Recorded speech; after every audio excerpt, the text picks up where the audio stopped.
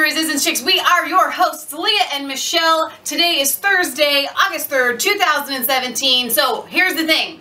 Hey, ho, ho, McMaster's got to go. Hey, ho, ho, McMaster got to go. Okay, that was taking it a little bit far. He's a hoe. He's got to go. Lee and I were talking about this before we did this segment, and it's like he has to go. He is constantly putting in people that shouldn't be there, taking people out that should be there, and he's what with Susan Rice? He wrote her a secret little letter and said, "Don't worry, Susan, you're my best friend, and I'm going to let you have all the security candy that you want. Your security classified clearance, don't worry, it's just between you and me, Susan." It's not just between you and Susan and all that, because Trump keeps saying, what about Susan Rice? I don't want her to have security clearance. And guess what? McMaster has given it to her, despite the fact that the president says no. Okay, so I want to title this like, Top 10 Reasons Why McMaster is a Globalist Soros Plant and is a lying, cheating, backstabbing scumbag. But I don't even know if I have 10 things. I just know I have a lot of things. So stick with me. We're going on a wild ride. First off, McMaster is on the warpath to take out anybody who is remotely loyal to Trump.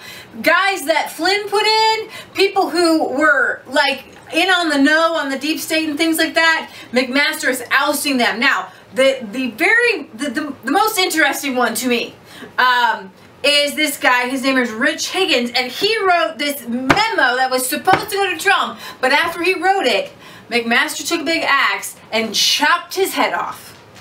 So, now, the document charges that the globalist, Islamists, and other forces within and outside the government are subverting President Trump's agenda. Now, I know this to be a fact. I know this to be true. It's in my gut. We all see it happening. But what McMaster is like, he's the one behind it. So, of course, when you know that he's behind it, you know it's happening when they take out the guy who's writing the memo. Right? So this guy, Rich Higgins, he served in the National Security Advisor for H.R. McMaster. So he was already in there, and so there was kind of a little bit of leeway for him to be able to fire him or to chop his head off. But that being said, the fact that he had written this very significant memo that needed to get to President Trump, and then McMaster just chopped his head off. He was the director for strategic planning at the National Security, and was let go July 21st. Higgins' memo describes supposed domestic and international threats to Trump's presidency, including globalist bankers, the deep state, and Islamists. The memo characterizes the Russian story as a plot to sabotage Trump's nationalist agenda. It asserts that globalists and Islamists are seeking to destroy America. And the memo also includes a set of recommendations arguing that the problem constitutes a national security priority, which is true. Globalists and Islamists recognize that for their visions to succeed, America, both as an ideal and as a national and political identity, must be destroyed. The memo warns, it argues that this has led Islamists to ally with cultural Marxists, but that in the long run, Islamists will co-opt the movement in its entirety. Now, this is entirely what I believe. I know this to be a fact. I see it happening. If you're watching us, you know it to be a fact. Right. Higgins, according to another source with direct knowledge of the incident, was called into the White House counsel's office the week before last and asked about the memo on July 21st. The Friday of that week, he was informed by McMaster's deputy that he was losing his job. Wow. And it goes on to say, the Maoist insurgencies, the formation of a counter-state is essential to seizing state power. And I'm going to link to this. You guys can read it yourselves. But it goes on to talk about the cultural Marxism. It talks about how it's a warfare of your mind, getting in there, taking things over. We recognize, and I can take you through another web where the Council of Islamic Relations, the car, Huma Abedin's mom, who has ties, not just ties, but supports the Muslim Brotherhood in Saudi Arabia. There is an Islamist agenda, which is just one piece to the puzzle. I am not saying that it is a Muslim agenda. No. I'm saying that there is when you recognize that Islamists have taken over Saudi Arabia, Islamists have taken over Iran, Islamists have taken over Qatar, Islamists, their goal, whether you like it or not, is to take over the world. Right. Okay? So, they obviously, the number of mosques built in our country has dramatically increased by thousands after 9/11. Right. You would think, okay, so we're going to... Hang on. Well, go ahead. It says, since Higgins' removal, there have been further changes inside the council. This is very recent stuff. McMaster fired Derek Harvey, the senior director for the Middle East, last week. And he, it says, also a Bannon ally. Harvey had a difficult relationship with his staff, though Harvey sent a note over the weekend to contacts and friends sharing his personal contact information and previously confirmed his departure from the council in his statement. He may get another job within the administration. Higgins appears to have been afforded less of a soft So the reason he was having trouble, because these are Obama holdovers. Remember, you don't just go in, you can't fire everyone, right?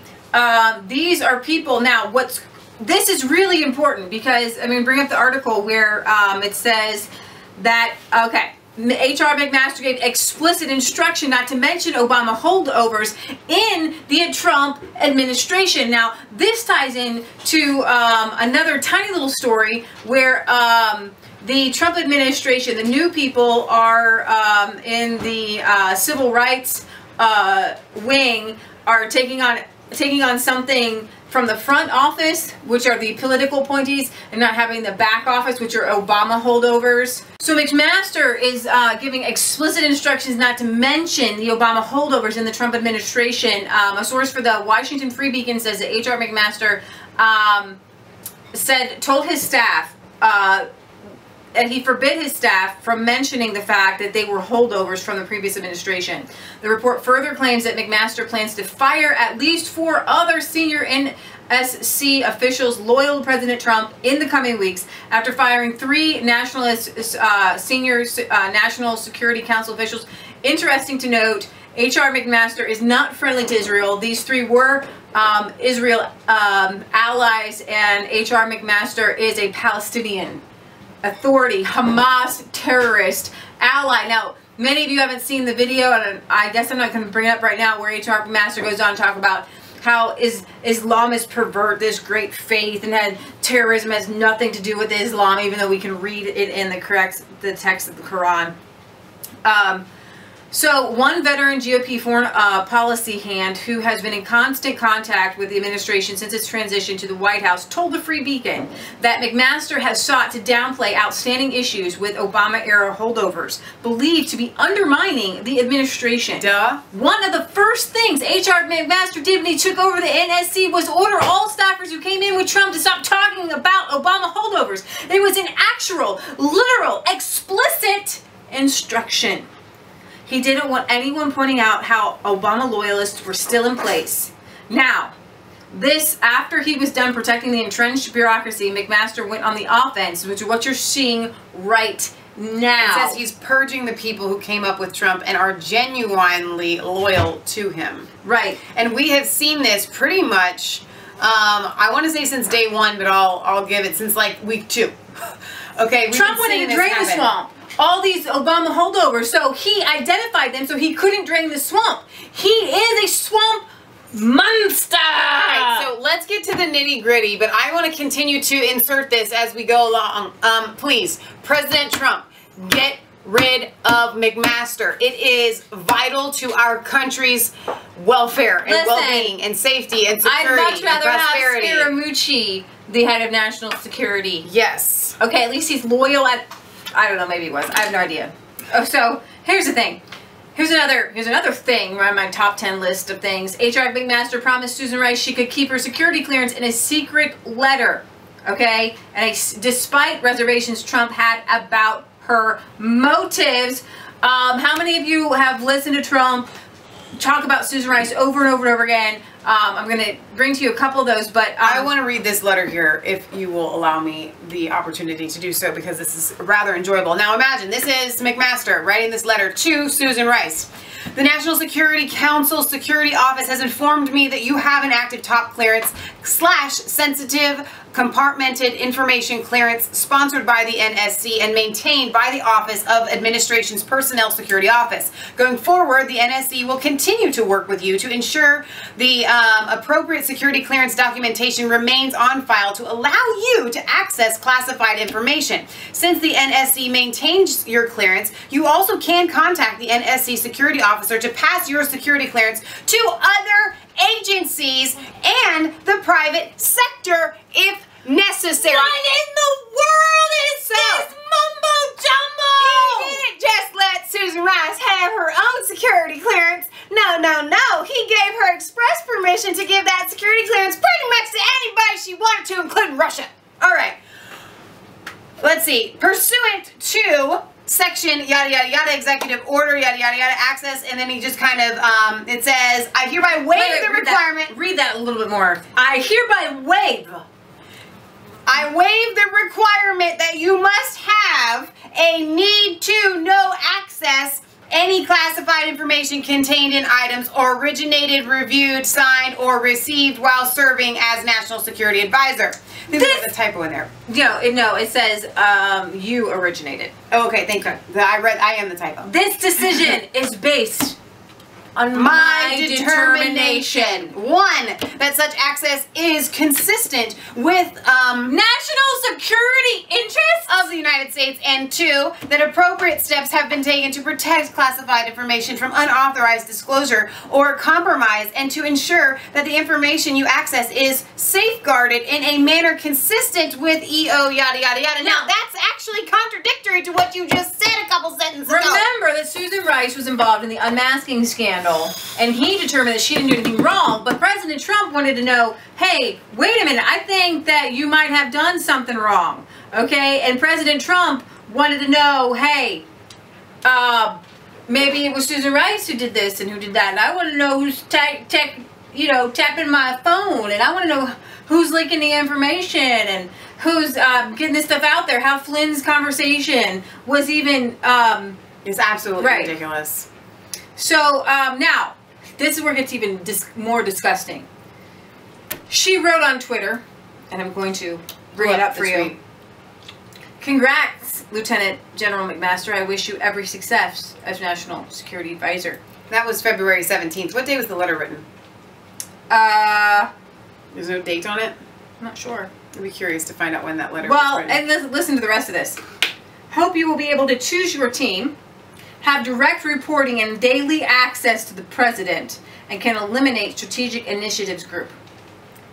So she's already telling him what to do. This is Obama's gal.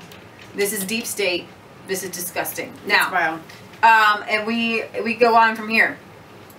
Oh wait, there's more. So McMaster purges Ezra Cohen Watnick, the 3rd National Security Council aide in weeks. Ezra Cohen Watnick, the Senior Director for Intelligence on the National Security Council, was dismissed Wednesday by National Security Advisor H.R. McMaster, according to the White House. General McMaster appreciates his good work, blah, blah, blah, but he's canned because he's too good. So it was first reported by the Conservative Review, came shortly after 2 other aides. We talked about Derek Harvey and Higgins. The 3 were brought on board by former National Security Advisor Michael Flynn, who would have undoubtedly had the swamp drained a considerable amount by now. And so with these guys who were brought in, Trump made promises. He brought in a team. It was happening. When I think about draining the swamp, I can't help. I know we're supposed to be like envisioning like a swamp, you know, like down south. But I just like envision a big giant bathtub. Here's the thing. When it comes to Cohen and Watnick, McMaster wanted to get rid of him before, but he was overruled by Trump and Bannon and Jared. So McMaster's back to getting this guy out. In the bathtub, there's a poo. Don't ask me how it got in the bathtub. That's what I see. Harvey compiled the list of Obama holdovers in the drain of the bathtub, and McMaster is that poo. And so we can't drain the swamp without getting rid of that poo. Somebody get in there. Nobody wants to go in and grab it because nobody wants to touch it because it's disgusting. Okay, so Harvey compiled a list of Obama holdovers. He took it to the president, who requested that McMaster fire them. McMaster refused, the president of the United States, and instead fired Harvey. Here's what I want to know, and this is the honest to goodness question.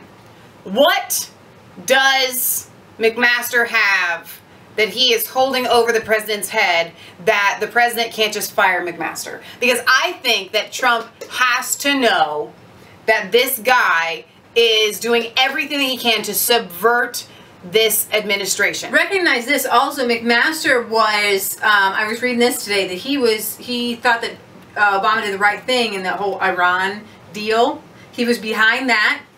Patriot Gallery just came in and said, to explain to you, if you've never had animals, we have chickens. We keep chickens. And we've had possums come in and eat our chickens. Other people have fox. There is a fox in Trump's in-house. And they are eating all the Trumpy chickens. Taking all their heads off. Now, when we talk about the Susan Rice unmasking, the fact that McMaster was brought in by McCain, and there were a couple other gals brought in under McMaster who are just plain evil. Trump said to the New York Times, I think the Susan Rice thing is a massive story. He didn't want Susan Rice to have classified access, so McMaster has gone against the president's wishes several times. You want to know, why isn't Trump doing this? Why isn't Trump doing this? Because he brings in people that are supposed to be good people, and they are evil. I want to bring something up, bring a little bit of history here to you guys. If you understand what's going on.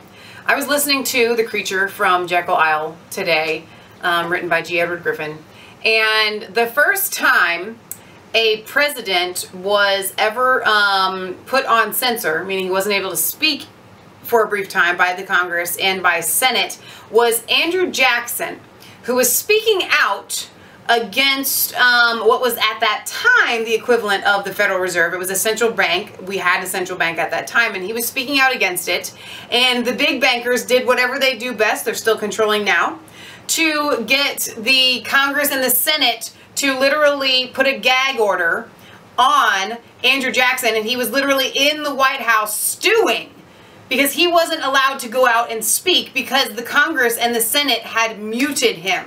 That is how much power that these bankers, that these globalists, and these deep state people have had since the 1800s. Okay? They are in there and they do control things. So when you get upset that Trump isn't able to do this, or we're seeing Trump do something that's not what we thought, and I think he's a globalist and he was planted in there. Listen, I gotta tell you something. Donald Trump may have started out as whatever you want to say he started out as, but we have seen a massive turn in that man. And as much as is within his power to do so, he is trying to drain the swamp and turn the country around. That's why, you know, anybody who's thinking, who has a thinking brain, is backing his 40s president, whether you like him or not. Okay? But my point is that to think that the president's hands are not tied in situations where he literally probably wants to fire McMaster, and you and I don't know what is going on behind the scenes that says he can't, which means that we have a man inside the White House that's controlling the president of the United States and what goes on around him. Yeah. This is absolutely huge. McMaster is he's the mole, he's the dude. Now, the end of that story is Andrew Jackson did win out and win the day in the end, but still, there was that power there. Said she didn't do it for political reasons. Susan Rice told Does anybody really believe that? Nobody believes that. Even the people that try to protect her in the news media. It's such a big story, and I'm sure it will continue forward, but what they did is horrible. Okay, so that's not a person that the president would want to keep her with national security clearance. Now, Representative Devin Nunes, who kept coming out with every big story that we keep covering, it's died. It's like we keep trying to put fire on it. Devin Nunes talked about the unmasking. You mean fan the flame? No, it's died. Well, you said we keep trying to put fire on it. We're throwing fire. We're throwing fireballs here. That's what we do. Yeah, we can't even fan the flame because there is no flame. But Devin Nunes is still investigating this, and then now they're now investigating the former Deputy National Security Advisor Ben Rhodes. So they're kind of, I don't know what's going to come of this because these are the same people who voted 98-2 for Russian sanctions. So we're going to wrap this up here. I know it was long, but there were so many here. So much about McMaster here. It's mind-blowing. He has a shiny head, and I wish we need to put like 3 holes in it and use it as a bowling ball, because that's kind of what it looks like. More than Kushner, McMaster has to go. Yes. Yesterday I said it takes 6 months to get used to a presidency, new job, a new marriage, a new anything. It takes like 6 months for a human being to They always say that. And so Trump's in the White House. It's going to take him at least 6 months. Which is where we're at right now. But then he still has to adjust. And once he feels comfortable with his surroundings and he understands it, he's a highly intelligent man. He'll flip this so fast you won't even know what happened. In one day it'll just flip. Because it just takes him a while. He has gifts that were given to him by God. I don't believe in money. I don't believe in business. I believe everybody should own land and farm. So I'm not a Trumpese. But I'm not going to lie and say he isn't a genius and he doesn't have gifts. Right. He does have gifts. And just wait till he feels his own self again and makes Washington, D.C. his real He has to learn the ins and outs of the spider web that is the deep state and how to navigate it in order to take it down. And I think he will learn to flip it on them. But I think he will. Leah's just now getting used to doing the news. She's just, you know, you guys are just adjusting to doing the news. We have literally been doing months. Resistance Chicks for the same amount of time as Trump. We started January 1st. So we're going right along with him. But Leah found a way to get around algorithms. When you go live, they can't shut you down. Right. So Leah they've been trying to censor us, and all of our titles, they censor the titles, but when they go live, then we get an influx of new people. Before Google came out and started, and that's another story we can cover. They're actually beat the system. They're really cracking down on. They sent a ton of traffic our way. That's how our channel grew. We had thousands and thousands of views on videos, and then they started censoring us, and now we've kind of leveled out so that our viewers, we get that small percentage. We don't get put into the YouTube world. And we were in the beginning for a very long time. Right. Nothing has changed other than the fact that they had censored our Resistance Chicks channel, and now we're on their radar. Well, we can share with other people, if you want to beat the system, go live. Right. A lot of people are doing this other thing, Periscope. They can't beat it when it's live, and they can't stop you from being live. Right. But just to end with hope. Right. Yeah, YouTube is spelling out their own demise. They started out as a very kind of small video sharing site, and so anybody else can become the next big one. It was kind of like when MySpace was absolutely gigantic, and then Facebook came up, and so listen, YouTube is not the be all and end all of this deal. Alright, so we need to sign off, but the Patriot Gallery has one more thing to add.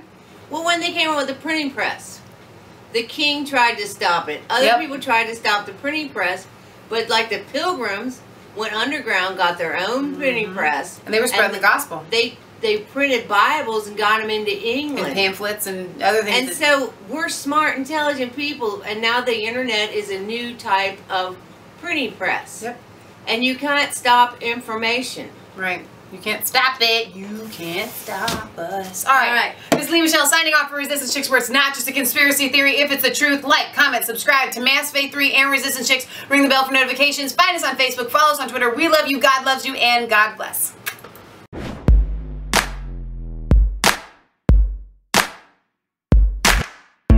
I was cold all alone. No place for home every day. So afraid. But you called my